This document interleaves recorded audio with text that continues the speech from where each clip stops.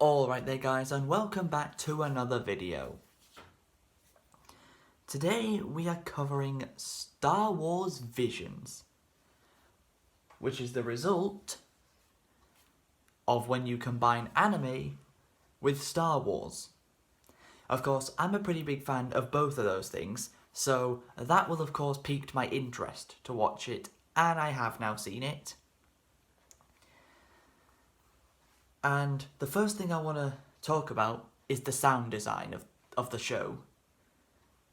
There are only 9 episodes of the show, not many, and some of them are varying in length. Some of them are 13 minutes long, some of them are 16 minutes long, and one of them is 20 minutes long. So they're not all the same length of time in terms of how many in their episodes.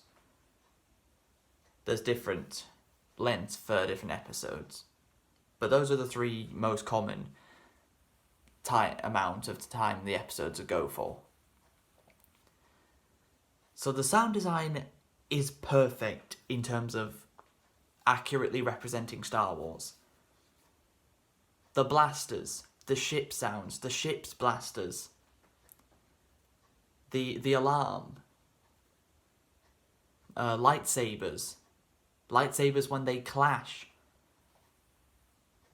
Pretty much everything in terms of the sound design for Star Wars Visions is perfect when it comes to representing the actual world of Star Wars and the movies.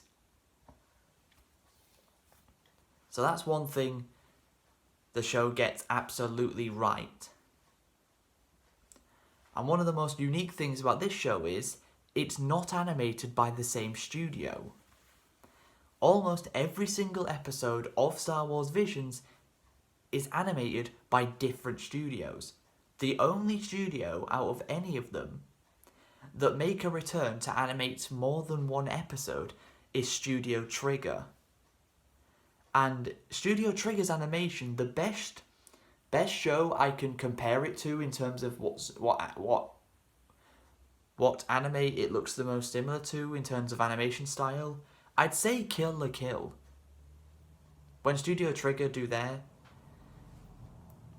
episodes, it looks the most similar to Kill la Kill, which is a good thing for me because I really like the animation style of that show.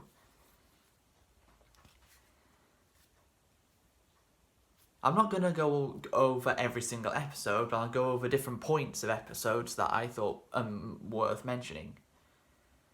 So the first episode starts off in a village, and the animation style has the colour scheme of black and white.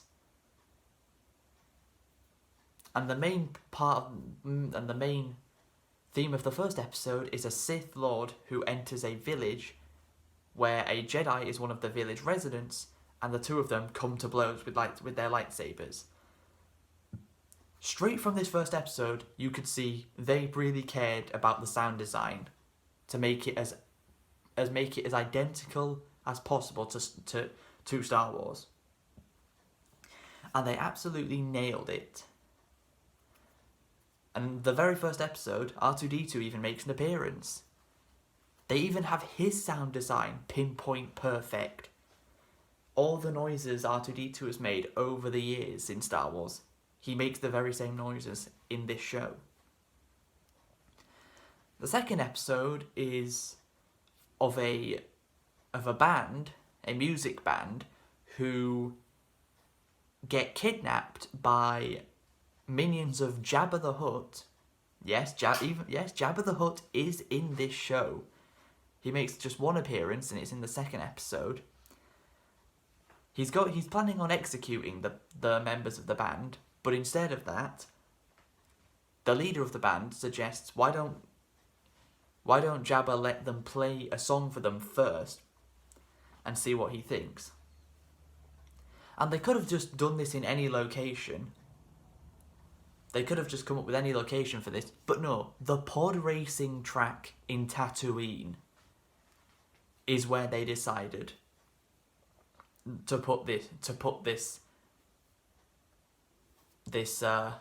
music performance, which is a very nice touch. One of the episodes was about a brother trying to prevent a sister from getting herself killed, which she was not aware of, which is actually what you're looking at right now on screen, and the thumbnail of this video. That's the episode this is from. There is this powerful crystal that would kill the sister, so her brother tries to steal it first to make sure she doesn't get a hold of it and end up getting herself killed. She doesn't really care about that. And the reason her brother is doing that is because he had a vision that's what would happen, that his sister would grab hold of the crystal and it would kill her. The two of them then have a lightsaber fight. As you can see in the thumbnail and throughout this entire video, the sister has 2 red lightsabers and the brother has a purple lightsaber, just like Mace Windu. And in the end, she does actually get herself killed, in the exact same way that her brother saw in his vision. Now I need to talk about the episode that I was most excited for. I didn't know which episode it was going to be because I didn't know what any of the stories of the episodes were beforehand. But it's the episode that is titled TOB1. This episode, I loved it straight away. From the first moment the character TOB1, which actually stands for Toby, started speaking, I loved this episode straight away. And the reason for that is because TOB1 is voiced by Masako Nozawa. Now some of you probably don't know who she is. And if so, it's very likely you're not a Dragon Ball fan if you don't know who she is. Because Masako Nozawa has been the Japanese original voice of Goku for over 30 years, and she'll of course be playing him again next year in the 2022 Dragon Ball Super movie. Yeah, she was the one voicing Toby, and it sounded identical to Goku. Which is that me being a bit biased?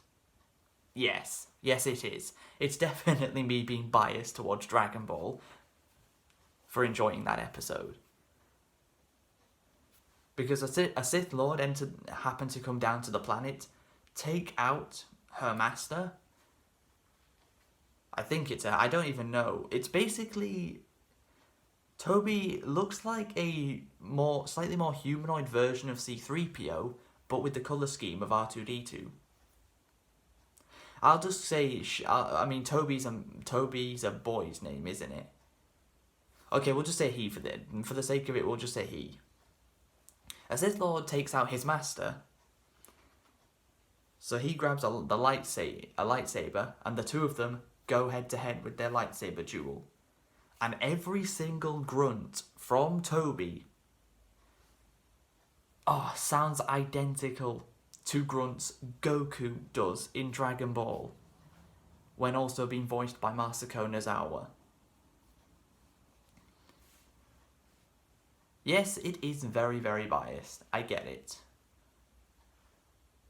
But surely any Dragon Ball fan who's watched any of the Dragon Ball subs, of which I watched Dragon Ball Super subbed all the way through since its dub didn't exist for another couple of years while the sub was already ongoing. So that, and also my first ever experience of Dragon Ball was Budokai 1, which is set to the Japanese voice cast by default. So that was the first time I'd ever heard Goku. So that nostalgia also contributes to it.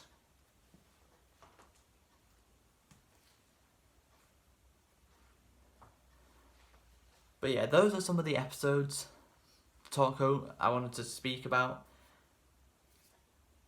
You really can't get a true feel for this show unless you watch it for yourself.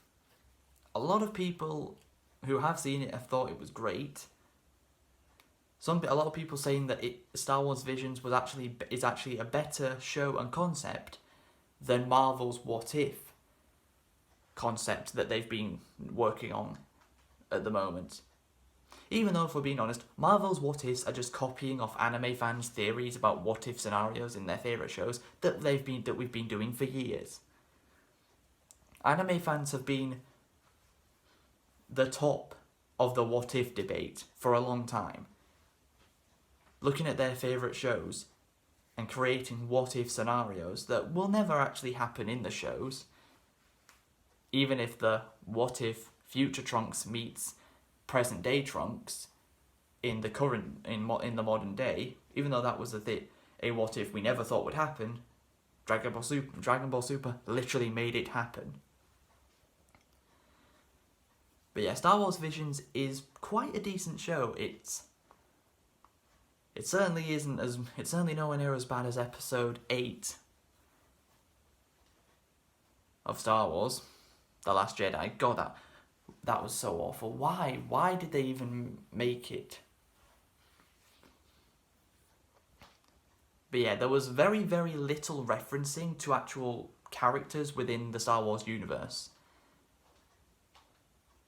Jabba the Hutt and that right hand thing, the thing that Luke speaks to at the start of Return of the Jedi in order to get down to Jabba, who's wearing that weird thing on its head. You probably know who I mean. Like, the person that's second in command to Jabba the Hutt, that's always next to him. That thing made an appearance. Jabba makes an appearance. Someone wearing Darth Vader's armour makes an appearance. It's not him, unfortunately. We don't actually get to see Darth Vader, but somebody wearing his. Someone wearing his armour.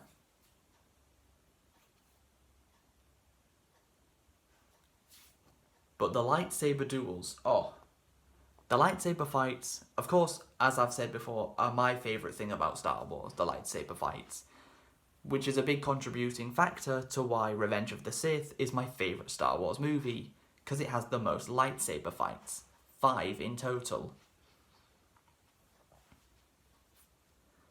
Obviously, with these episodes not being very long, you're not gonna have spectacular lightsaber fights like you get in the movies. But for what they were pretty decent fights. And the sound design just makes them feel properly authentic. Because you never know, they could have absolutely butchered the sound design. But no, they didn't. They made sure to get everything they needed perfect. And they did. And hell, even that famous scream from Return of the Jedi, you know which scream I'm on about, it's the most famous scream in all of Star Wars. Even that manages to sneak its way into the show.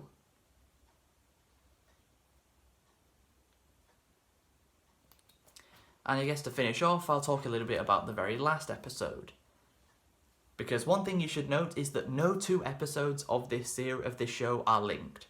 They are all completely different stories in completely different parts of the universe and the galaxy. No 2 episodes are linked at all. The final episode is all about a young orphan who gets taken in by this father and his daughter, who train to become Jedi, only for the